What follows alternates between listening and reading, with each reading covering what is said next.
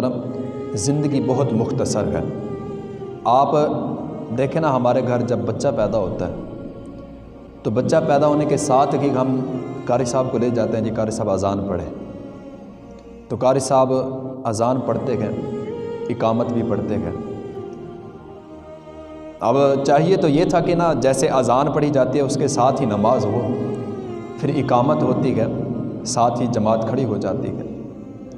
تو میں یہاں پر آپ کو ایک نکتہ بتانے لگا ہوں کہ جب اذان پڑھی جاتی ہے تو اذان ہوتی ہے صبح کی، کیونکہ صبح کی اذان سے نماز تک کا وقفہ بہت زیادہ ہوتا ہے۔ صبح کی اذان پڑھی جاتی ہے اور ساتھ ہی تکبیر پڑھی جاتی ہے، اور آپ عموماً دیکھیں کہ ہر جگہ پر، ہر مسجد میں یہ ایک روٹین ہوتی ہے کہ اذان سے 20 منٹ بعد جماعت کھڑی ہو جاتی ہے۔ ٹھیک 20 منٹ بعد جماعت کھڑی ہو جاتی ہے۔ اور دوسری بات ہم سب نے سن رکھی ہے کہ زندگی 4 دن کی ہے۔ ایسے ہی نا سب نے سن رکھا ہے کہ زندگی 4 دن کی ہے۔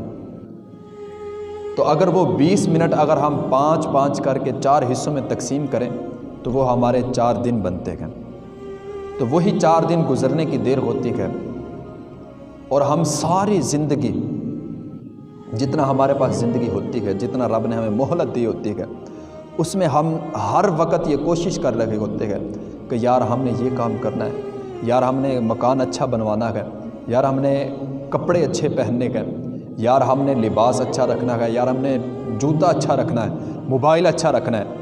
وجہ کیا ہے؟ اگر ہم گندے کپڑے پہنیں گے یا ہم کوئی سستے کپڑے پہن لیں یا ہمارا گھر صحیح نہ بنا ہو تو ہم دل میں یہ سوچتے ہیں کہ یار لوگ ہمیں کیا کہیں گے۔